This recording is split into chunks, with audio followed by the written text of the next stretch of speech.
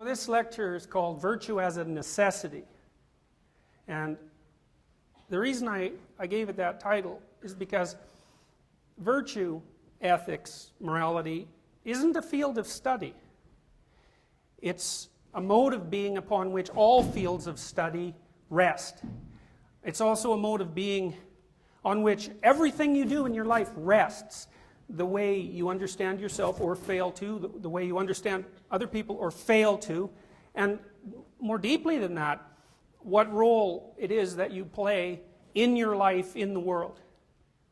One of the things I've learned, for example, being a clinical psychologist, I spent thousands of hours helping people sort out difficult problems, is that lack of virtue makes people ill. I'm not saying that my clients themselves lack virtue. I suppose some of them do and some of them don't, but to the degree that they're embedded in a network of relationships where virtue is fundamentally absent, they're tortured and tormented and they're unable to find firm ground. And that's not a biological problem, even though biologically fragile people might be hurt more by a lack of virtue. A lot of what you do in a real relationship with people, and at least to some degree a clinical relationship is supposed to be real, is provide a forum where people tell the truth. And that's hard because people don't like to tell the truth particularly. The truth is difficult. It's difficult for a variety of reasons. So when I first thought about this lecture, I had a slightly different title. The title was Virtue as an Existential Necessity. And that's a bit philosophical, so I modified it. But there was a reason for that, because the concept of virtue means to be virtuous, and existentialism is the study of being, right? And I think that you can't really understand what makes up virtue until you modulate or modify your notion of what constitutes being. This is a hard thing to do. Modern people are fundamentally materialistic. And there's some utility in that. We're masters of material transformation. And the fact that we're materialist in our scientific philosophies has made us extremely powerful, maybe too powerful for our morality, extremely powerful from a technological perspective, but it's blinded us to certain things. And I think one of the things that it's really blinded us to is the nature of our own being. Because we make the assumption that the fundamental constituent elements of reality are material, we fail to notice that the fundamental constituent elements of our own reality are not material. They're emotional, they're motivational, they're dreams, they're visions, they're relationships with other people. They're conscious, they're dependent on consciousness and self-consciousness. And we have absolutely no materialist explanation whatsoever, either for consciousness or self-consciousness. And we don't deal well from a materialistic perspective with the qualities of being. And everyone knows those qualities exist. I mean, for most people, there's nothing more real than their own pain. Right? Pain transcends rational argument in that you can't argue yourself out of it. It's just there. And materialist or not, there's very few people that are willing to allow the claim that their pain is merely an epiphenomenon of some more fundamental material process. Pain is fundamental. Consciousness is fundamental. And I think that unless you understand that, you can't think properly about virtue.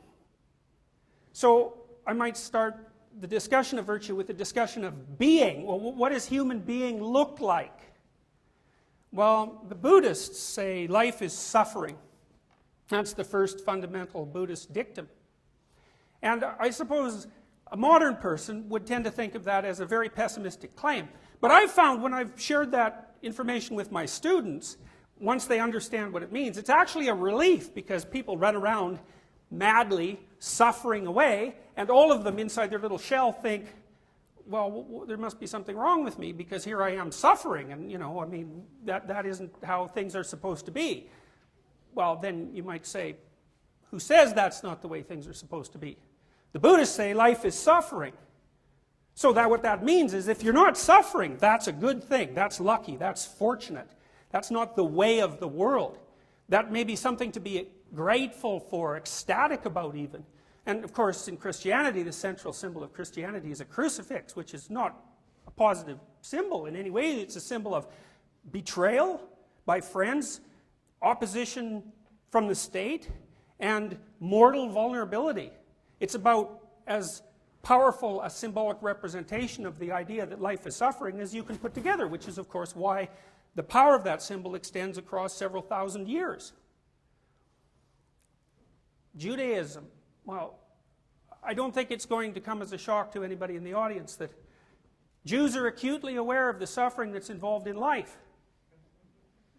So it's useful to know, to understand what it means that life is suffering. It's a fundamental ontological truth. It's a fundamental statement about the nature of being.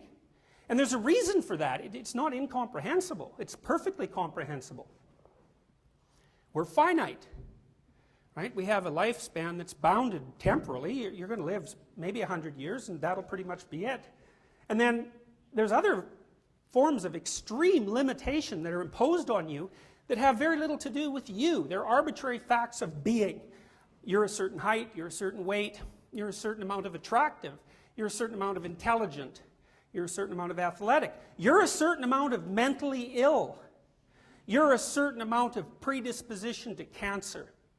And it's frequently the case that people like to attribute those vulnerabilities to some flaw in their own nature, but what they are instead are conditions of existence. Human being is predicated on a kind of fundamental limitation in that we are what we are and we're not other things.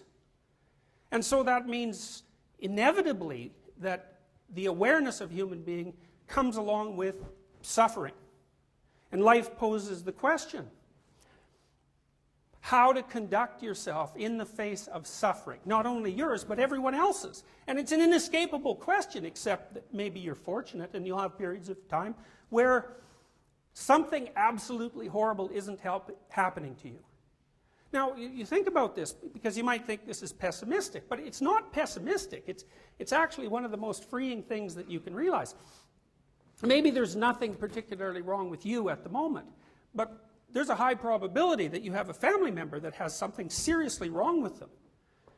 And there's a very high probability that if you don't, you will soon. Or maybe you'll have a partner that has something serious wrong with them. And to know this frees you from the false illusion that life can be conducted without suffering. Suffering's an integral part of being. Now, why is that? Well, who knows? It's a metaphysical question. But I have some ideas about that that have helped me, and they're things that I've read.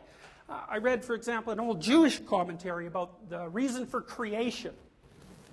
And it's like a Zen koan, this idea. You take a being with the classical attributes of God: omnipotence, omnipresence, and omniscience. Right? It's a totality. And the question is, well, what does a being with those attributes lack? And the answer is limitation. And then you think, well, what's so important about limitation? Well, if you can be anything or do anything at any time whatsoever, there's no being, because everything is one thing. There's no differentiation between things. So something that's absolute and total has no being. It has to be parceled out into limited being. And you know this because you'll all play games. You play video games, you play games with other people. You may play games you don't even know you're playing. And when you play those games, you put limits on yourself. You play by a set of rules, and the reason you do that is when you limit yourself, arbitrarily in some ways, whole new worlds of possibility emerge. And so there's a powerful metaphysical idea that being is not possible without limitation. So that's an interesting question. That's an interesting idea. So you say, well, what's the price you pay for being? The price you pay for being is limitation, and the price you pay for limitation is suffering. So the price you pay for being is suffering. So what's the problem with that? Well, suffering makes people question the validity of life. Right? Everyone does that. If something terrible is happening to you, you're going to wonder why you, that's for sure. Why not you might be a better question, because it's inevitable, but you will wonder that, why you? And you'll wonder, well, is it worth it? Especially if what's happening to you is terrible and prolonged. Is it worth it? Does the cost that you have to pay for being justify itself? and therefore is being justifiable. And everybody asks and answers these questions. In fact, the process of asking and answering those questions underlies everything you do all the time, because you're answering, when you act, one answer, which is yes, being justifies itself, and you're answering a different way sometimes when you act, which is no, being does not justify itself. And the question then might be, what happens when you answer one of those two ways? Well, to untangle this, the first thing I want to do is to talk to you about the antithesis of virtue. Because it's always struck me that when you're talking about something that could conceivably be regarded as optimistic, it's difficult for people to fundamentally believe you. You know, if I stood on stage and said, well, the purpose of life is to be happy, you might find that vaguely comforting, but there's not a chance in the world that you'd believe it if you have an ounce of sense. Because if you've lived, you know that there will be periods of time where happiness is not your state. And so there has to be more to life than happiness, because there'll be a lot of your life that isn't happy. Solzhenitsyn, Alexander Solzhenitsyn, who wrote the book, The Gulag Archipelago, that was one of the axes that brought down the thick tree of communist utopianism, said of the idea that human beings are made for happiness, he said that's a philosophy that's undermined by the first blow of the work assigner's cudgel. And what he meant by that was, if you find yourself in a particularly terrible situation, if you're enslaved, for example, by malevolent utopians, and they're pushing you into a form of slavery and they're beating you to attain their ends, the idea that you're made for happiness is not going to be of much comfort under those circumstances. And so Solzhenitsyn's point was, you're weakened by your belief that life is for happiness, because that philosophy cannot sustain any sustained challenge, and you will for sure encounter such a sustained challenge.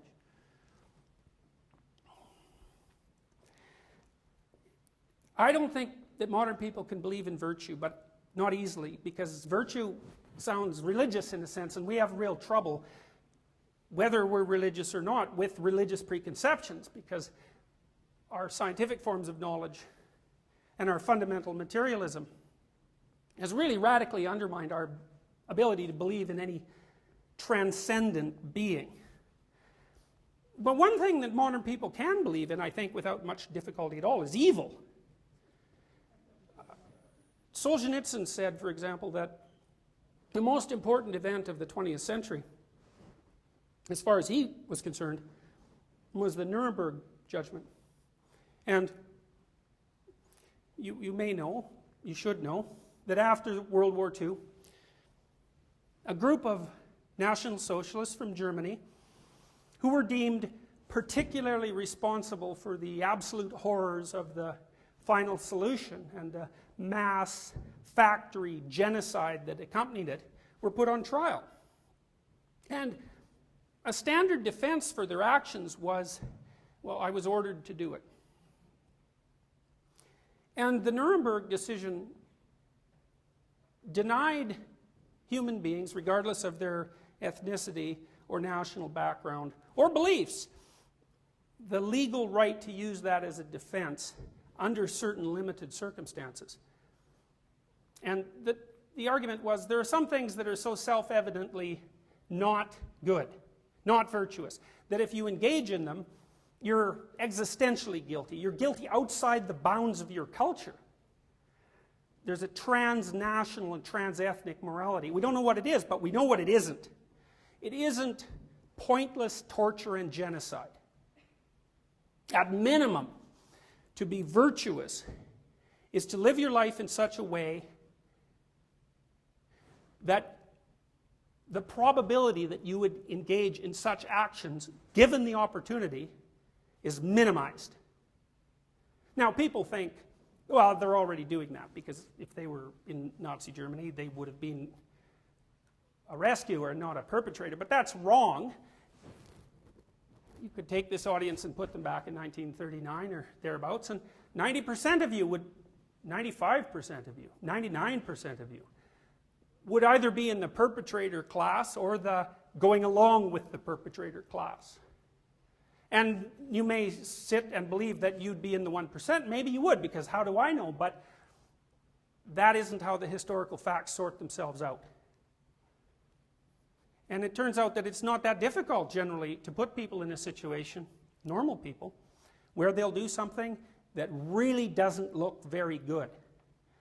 Those of you who are familiar with psychology know about the Milgram experiments, for example, know about the Zimbardo prison experiments. You take perfectly normal college students and put them into a situation that they know is a dramatic farce, they know isn't real, give some of them the power of prison guards and make some others arbitrarily into prisoners, and in 3 days you have to shut the whole experiment down because the prison guards have turned into Nazis and they're enjoying torturing the prisoners, even though they know, whatever know means, that they're innocent.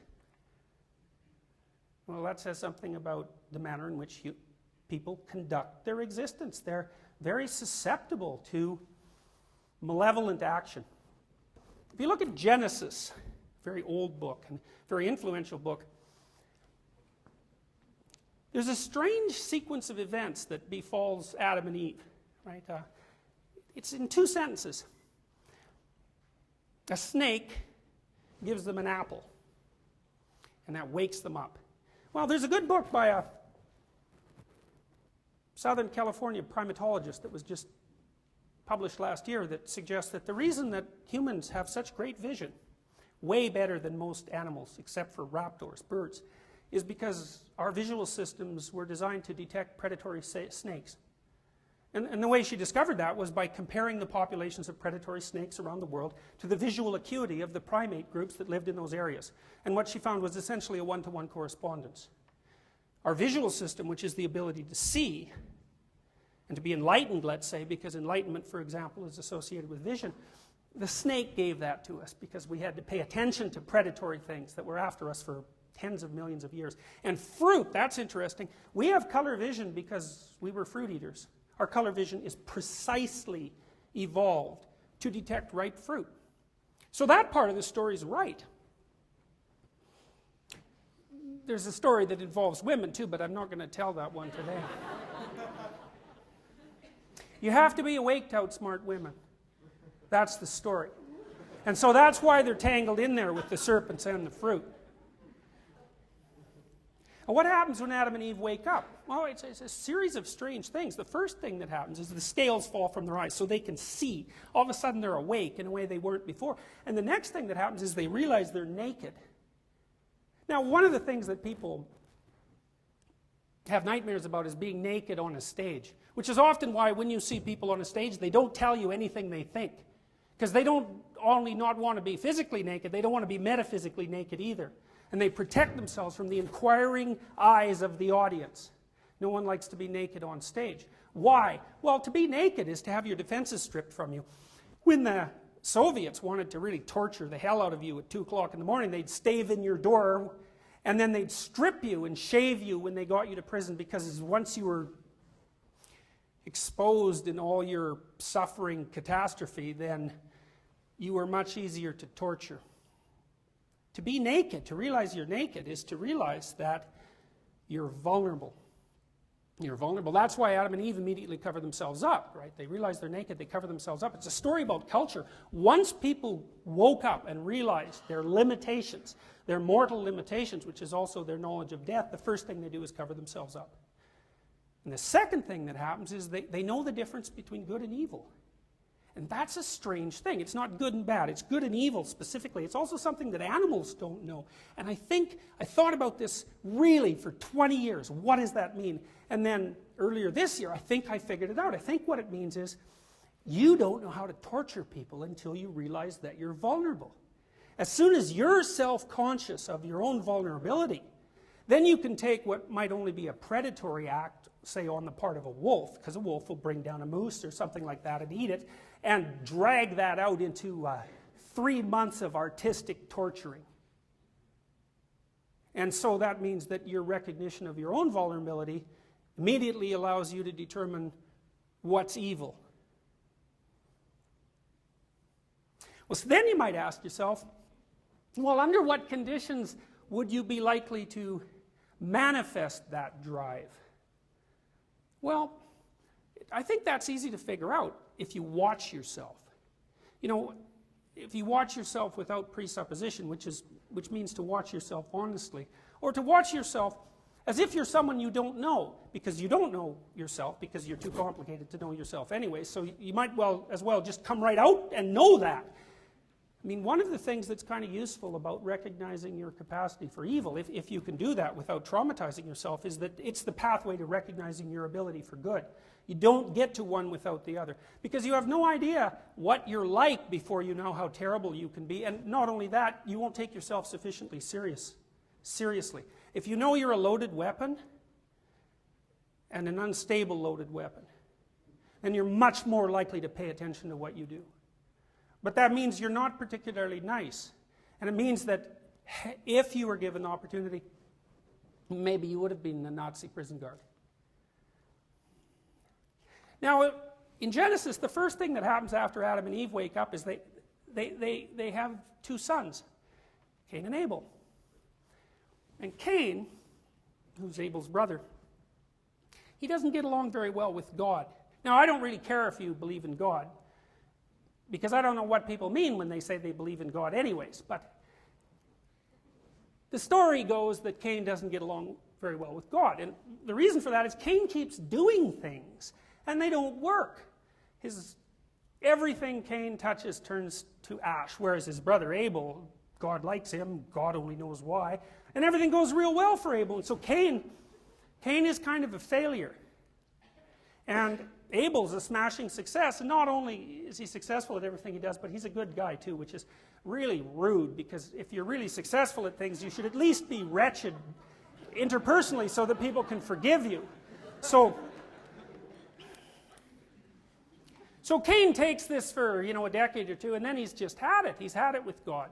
He thinks, how could God make this sort of universe where I'm, breaking myself in half here and getting nowhere, and my brother's doors open for him left, right, and center.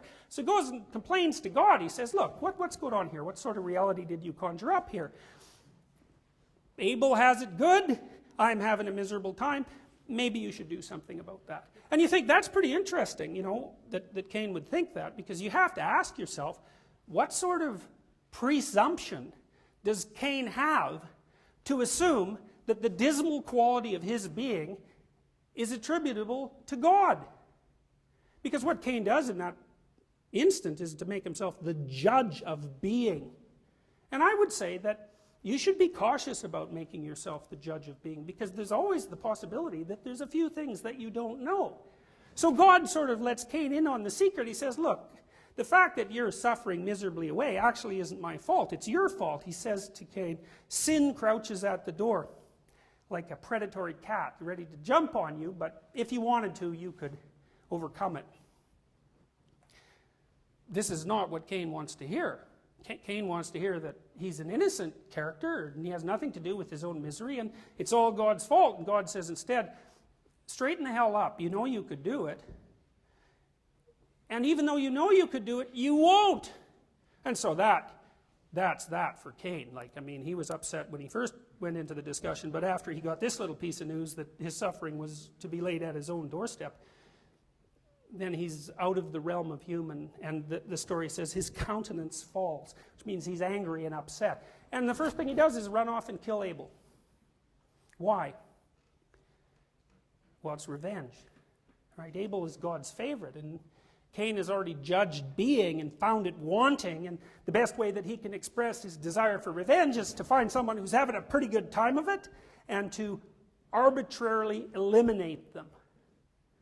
And it might be of some interest to note that one of Cain's grandchildren is the first person who makes weapons of war.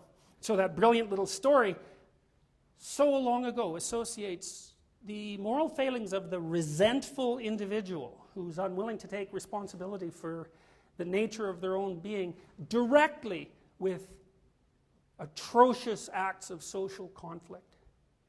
And that's another thing to know, because if you're going to be virtuous, you have to take yourself seriously.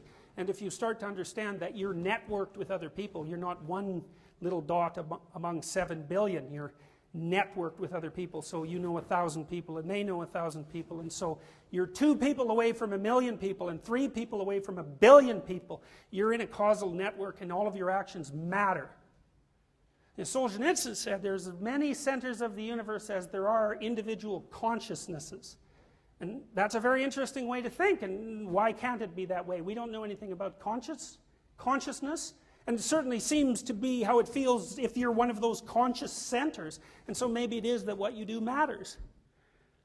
I think that often people come to the conclusion that life is meaningless because that's a better conclusion to come to than the reverse. Because if life is meaningless, well then who cares what you do? But if life is meaningful, if what you do matters, then everything you do matters. And that puts a terrible responsibility on the individual. And I think that people are generally unwilling to bear that.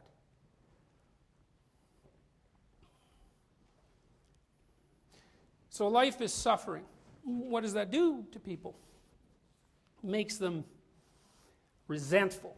These are pitfalls of being. He said being has a structure. One of its fundamental structural elements is suffering, but suffering produces other characteristics of being. Resentment is a characteristic of being. People feel resentful when they believe that they've been taken advantage of. And maybe if you feel resentful, it may be that you're being taken advantage of. It may also be that you should screw your head on straight and look at things properly. And it may also be that you should talk to somebody to find out if you're being taken advantage of, or if your head just isn't screwed on straight. But to talk to them, then you have to tell them the truth, and in order to tell them the truth, you have to have practiced being honest. Because if you haven't practiced being honest, then you're not going to have a friend you can talk to, and even if you did, you won't be able to tell them what the problem is. And then they won't be able to help you sort out whether or not you're being taken advantage of, or whether you're a little bit insane.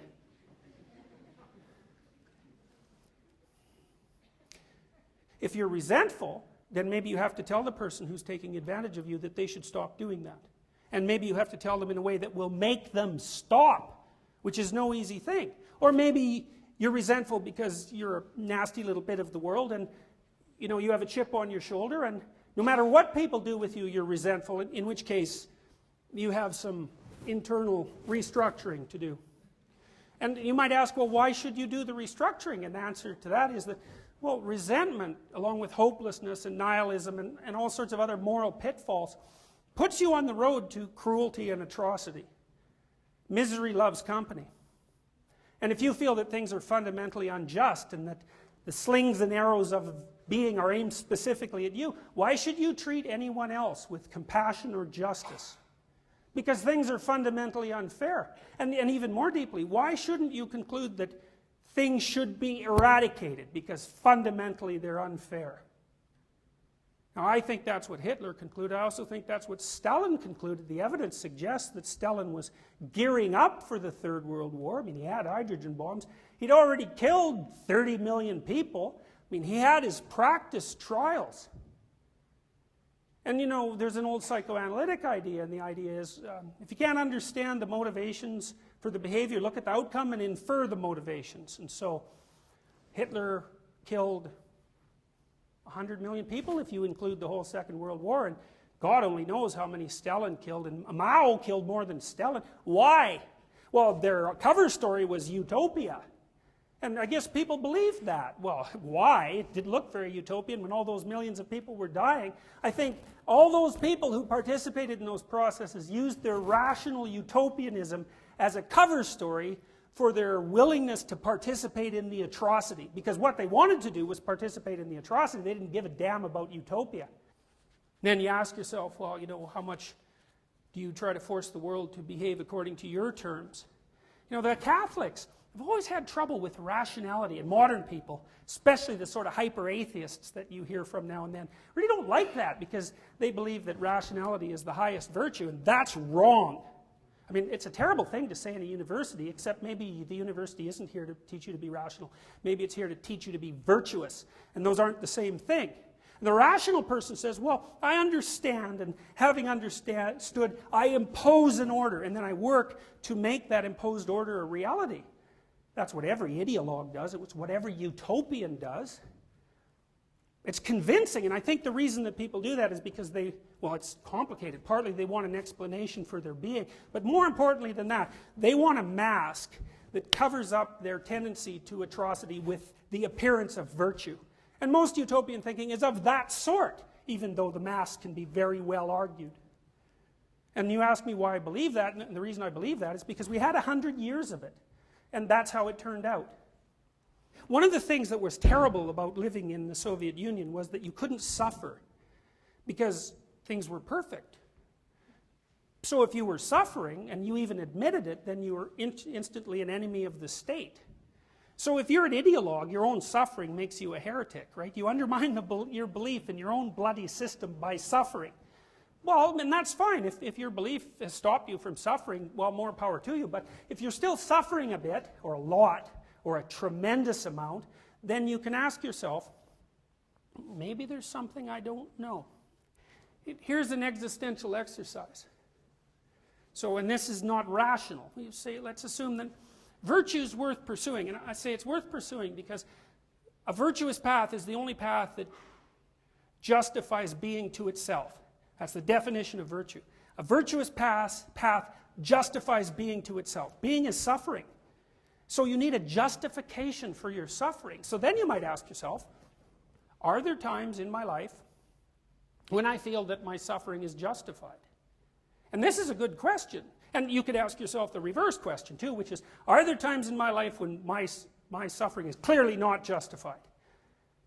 And I could say, well, watch yourself for 3 weeks. Just watch, like you don't know anything. And see when you're somewhere that justifies itself. Now, you might say, well, how do I know? And I'd say, okay, well, here's some hints. You're not self-conscious. You know, it's not good to be self-conscious, right? It loads on neuroticism. It's a negative emotion. I mean, we think of it as a higher order cognitive function, but people find it unpleasant. You tend to be self-conscious when you're false or shamed. If you're deeply engaged in something, your self-consciousness disappears. So engagement in something meaningful seems to make self-consciousness vanish. It also makes time vanish, right? Because if you're doing something that is intrinsically meaningful, then the sense of passing time disappears. And so that temporal limitation that plagues you vanishes. And I could say, maybe you're having a miserable time of it and you only spend 2% of your waking hours in that condition. And maybe you don't even know when that is, but you could watch. You could see, and you could say, hey, look, wow, I spent 10 minutes there.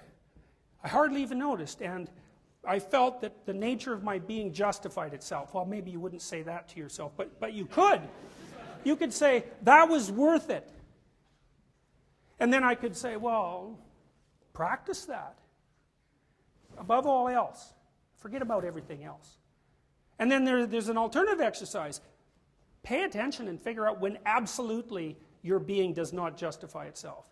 That's even easier, you know, because that'll happen whenever you do something that you immediately regret or are ashamed of, or that, even more precisely, makes you feel disintegrated and devalued.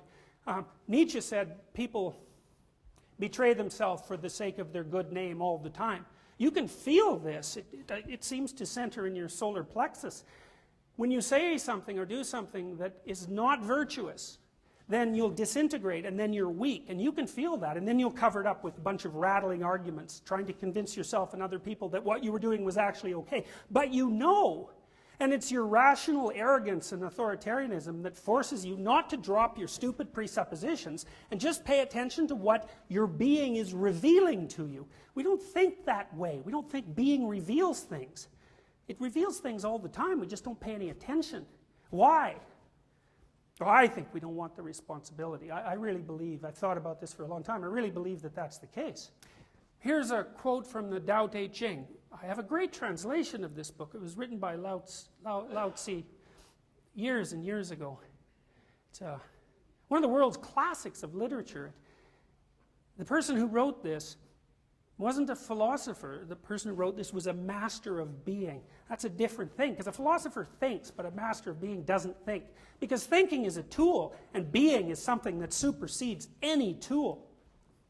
He said, "It is by sheathing intellect's bright light that the sage remains at one with his own self, ceasing to be aware of it, by placing it behind, detached, he is unified with his external world. By being selfless, he is fulfilled. Thus his selfhood is assured. I show my students in my Maps of Meaning class Pinocchio. Pinocchio is a very complicated story. The Disney version and the previous version, it's got a deep mythological base. And one of the things that happens in Pinocchio, a lot of strange things happen that people just swallow, right? There's a puppet, it turns into a human being. There's talking cats, there's blue fairies, there's stars, there's whales that eat people, and everyone swallows that with no problem, right? You go to see Pinocchio, you don't even notice that a puppet has just gone into a whale and, you know, what the hell's going on. And the reason you don't notice that is because it means something, and you don't know what it means, but you know that it means something, and you're willing to ride on it, weirdly enough, because it compromises your rational principles completely. It does, it does. These are religious experiences that people have in movie theaters. They suspend disbelief. They go along with it. It's not rational, but they believe it. And if someone says, you know, they elbow you and say, that's not real, you say to them, maybe you could shut up so I could watch the movie. All right, you don't want their rationality because it's the wrong time for it, it's the wrong place for it. Geppetto wishes that his pet puppet could become real. It's a very unlikely wish, which is something he says, very unlikely. It's unlikely to happen. I think actually Jiminy Cricket says that. To have that happen, Geppetto has to wish on a star, which is a strange idea. The star is something that partakes of the divine, you could say that. If you look at the night sky, where you can really see it, you know that, right? You look at the night sky and infinity opens itself up before you, and there's nothing to say except there's nothing to say. And to wish on a star is to put your eyes above the horizon and to pick a transcendent point and to wish for something, to want for something that's beyond the concrete and immediate. And to become virtuous and to not be a puppet is to aim at something transcendent. I could say, well, at least it's the absence of evil. That's something. Well, maybe it's even more than that. Maybe it's virtue in and of itself. There's a line in the Sermon on the Mount. It's a very strange sermon, and the line is, take therefore no thought for the morrow shall take thought for the things of itself. Sufficient unto the day is the evil thereof. It's a very strange piece of advice. It sounds completely impractical, right? I mean, limit the focus of your consciousness to the day and leave the worries alone. Well, it means something meditative, I think. When I do therapy with people, I try to do this. I don't think, because I don't know if I do sometimes, but I shouldn't. I don't necessarily know what their problem is or what they should do about it. But I can listen. And if I listen, and maybe I learned this in part from Carl Rogers' writings, if I listen, then thoughts will occur to me. I'm not thinking them. It's different. I'm letting the thoughts come up. And I tell my clients, try to tell me the truth, and I'll try to listen without being too much of a son of a bitch, and maybe, you know, maybe we can work something out. And then they'll say something to me, and maybe I'll think, well, that thing you said now and the thing you said half an hour ago don't seem to be coherent, so maybe you could straighten that out. Or, you know, it seems more like I'm tracking what they're saying, and when I'm listening to them, I'm in the same place they are. We know the neural mechanisms for that. You are in the same place with someone when you really listen to them. And then thoughts come up, and I tell them what they are, and it's impersonal. It's impersonal. Because I'm not trying to get them to do anything particularly. I'm just aiming maybe at helping them figure out what's going on and having a little bit less suffering. And it's not the imposition of an ideological structure. And the idea behind this particular piece of advice is, you can try this too. You wake up in the morning and you think, okay, this could be a good day, whatever that means. You don't know, right, what a good day is, but maybe you've had a couple and they're not so bad, and so maybe you think you could have another one. But you don't know, and you think, okay, you ask yourself, and this is meditative, what is it that I need to do today so that this would be a good day? And your brain will tell you, it'll say, you know that bill that's hiding under 5 pieces of paper on your desk? You should haul that sucker out and pay it. Or there's something you're avoiding that makes you anxious that your brain will pick on right away, and it'll say, you have to do these, whatever number of commitments today, and if you do them, then you've fulfilled your obligations. And the idea behind this piece of advice is that if you fulfill your obligations every day, then you don't have to worry about the future. And that's a very interesting idea. And it's predicated on the notion that there's a wisdom inside people that's deeper than mere rationality. And I believe that to be the case because we're far older than mere rationality. From an evolutionary perspective, from any perspective you want, we're deeper than rationality.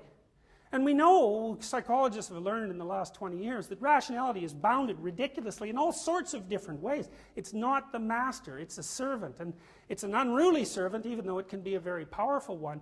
The totality of you, the wisdom that's embodied in the totality of you, is far outstrips rationality. And if you listen to yourself, and do the difficult things that yourself tells you to do, the idea is you don't have to compute the utopian future, because following what it is that you tell yourself to do every moment is the best path to whatever the best outcome is. It's a strange way of thinking, because if you're a utopian and a rationalist, you already know what the right outcome is. And then you have to run around pointing guns at people to make bloody sure that they do the right thing so that the outcome you've computed occurs. And that doesn't seem to work very well. And so you see this idea in Taoism too. The idea is to give up the end. Because you don't know what it is, and you don't. It's an admission of ignorance. Where are you headed? You don't know. But that doesn't mean you shouldn't be headed somewhere. Follow your moral intuitions. Stop doing the things that make you feel weak. I'm not talking about following a moral code, although that can come into it. If you really don't know what the hell you're doing at all, then following a moral code is a good idea, because it'll at least get the ball rolling. It's a form of apprenticeship. So, you know, not doing the obviously bad things is a form of discipline. It isn't the notion that I'm talking about now. This is a different thing. This is, pay attention to what's meaningful, because you can see what that is. You may find you're terrified of it, because everybody's got this little secret wish. I really love doing, I don't know what it is. It's different things for different people. But they're afraid to do it, to really do it, because as soon as you do what you really love, then you expose your nakedness, right? You say, this is what I'm really like. Instead, you just shove that under the bed and you do something you don't care about at all, and then if people judge you, it doesn't matter. But the problem with that is there's no life there. There's no force. There's no you. And without that, the suffering will do you in, and then you'll become a bad person. And that's not a good thing. So you have to see what it is that you find meaningful, whatever that is, and then you have to fight for it. You have to fight against yourself, you have to fight against other people, because what do they know about it? And you have to fight against nature, maybe even, to stand up for what it is that sustains you. And that takes courage. It also takes honesty. Partly because if you're not honest, you can't trust your own intuition. So this is an important thing. You think about this, and this is why virtue is a necessity. If you lie to yourself or to other people, then you corrupt the structure that you use to interact with being. You corrupt it. And if you corrupt it, then if you listen to it, it will guide you the wrong way. Or maybe it'll be so corrupted you can't listen to it at all. Then you have to listen to somebody else. And that might not be a good thing, especially if you're already corrupted. Because then you'll listen to the person who tells you to do what you really want to do, but won't admit it to yourself. And that explains how Hitler found all his followers. They'd abandoned their own mode of being. It made them bitter and resentful, and empty, and hollow, and weak, and cruel. And then they trained their leader to tell them what they wanted to hear. If you're honest, which is painful, you'll see that a lot of things you say aren't real. You'll see a lot of things that you do make you weak. You'll see that a lot of people you associate with are probably not good for you. And then you have a lot of difficult choices to make. You can stop with the obvious lying. That'll clear things up for you a lot. And you can start communicating with people. One of the things I teach my clients is, if you're resentful, say something about it. Say something about it. You tell the person, look, what you asked me to do is making me resentful. Now, if they're your wife or husband or someone you love, you should listen to them, because they might say, well, grow up. Take your damn responsibility and leave me alone. And maybe they're right. Or maybe they're a bit of a bully, and you have to say, quit pushing me around, and then maybe you have to have an argument with them, an honest argument, where you say, look, this is what's happening to me, and they say, look, this is what's happening to me, and you battle it out until you reach some sort of settlement, and then you don't have to be resentful anymore. Then you won't be mean, and cruel, and vicious, and you have to be honest in order to do that. Here's a way of thinking about error. You don't exactly know what you're doing, so how do you get to the point where you know what you're doing? I think follow your internal intuitions and be honest about it. And then what will happen is a star will appear and guide you. And the star is whatever makes your life meaningful. And maybe you'll take some tentative steps in that direction. And you'll get a little ways and you'll think, no, that's wrong.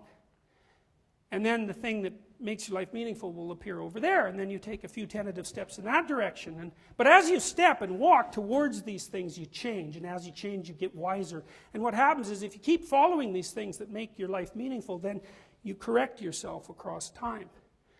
You see the thing there and that's wrong, and you see it there and that's wrong, and you see it there and that's wrong, but you keep chasing it, and as you chase it, you move forward. And as you move forward and you do things and you learn from your mistakes because you're honest and you're watching, you get wiser and wiser, and the consequence of all those mistakes is you'll self-correct the mistakes, and 20 years down the road, maybe you won't be making so many mistakes. They say it takes 10,000 hours to be an expert at something. So you would need 10,000 hours of practice following what it is that you need to follow. I'm going to close with two things. I've come to the conclusion, as a consequence of studying the things I've been telling you about, that belief has a religious substructure. If you go all the way down into someone's belief structure, right to the bottom, what you find are religious presuppositions. The person might not agree, but I don't think that matters. I think generally people don't know. Here's an old religious presupposition. It's older than Christianity. I suppose Christianity is the most powerful proponent of this viewpoint. There's a heaven and there's a hell. And you should live your life so that you end up in one of them. What's happened to Christianity is that that's an afterlife thing. But I don't think it is an afterlife thing. I think it's a now thing. I see people who are in hell all the time. And you can see them if you walk down Bloor Street. I'm not kidding, it's no joke. If you walk by someone in hell, you can't look at them. You won't look at them. You'll give them a wide berth, and if you look at them, and you really look at them, they'll either become aggressive or ashamed, because they do not want you to see where they are, because they don't want to see where they are. And by the same token, heaven's a real place too, and now and then you're in it, but you don't notice because you don't believe in it. There was an old gospel, Gnostic gospel, that was dug up in 1957, the Gospel of Thomas, and in the Gospel of Thomas, Christ says, the kingdom of heaven is spread out on the earth, but men do not see it. And I don't think that's a metaphor, or maybe it is a metaphor, it's a deep metaphor. It means that life, human life, is very expansive, and we live in the middle. It's kind of a mediocre middle often, and at one extreme there's hell, and the other extreme is heaven, and we bounce back and forth between them without really noticing. And I could say, well, here's something to consider. If the things you're doing are landing you in hell, stop, unless you want to be there. And you know, if you think, all you have to do is think about your life over the last year. You can be certain that you can call to mind times when you would have rather that did not happen. And so the lesson from that is clear. Don't set up those conditions anymore. And by the same token, if you watch yourself, you can tell when you're where you want to be. And I could say, well, if you're where you want to be, and that's really the right place, then all you should ever do is practice to be there. The kingdom of heaven is spread out on the earth, but men do not see it. So this is what I would say about virtue. Virtue, first, is the attempt to see that heaven. And it's a questioning thing. And I'm not saying it's the same for everyone. I don't believe that at all, because people are individuals. Just to see it. And the second thing is to attempt to live in it. And I truly believe that there is nothing that you can do that's better for being. Like, not only for yourself, but for everyone that you interact with. None of you know your potential. People are amazing creatures. You know that people can be abysmally awful. But they can be as remarkably good as they are abysmally awful. I think it's rare, but it's not beyond the realm of possibility.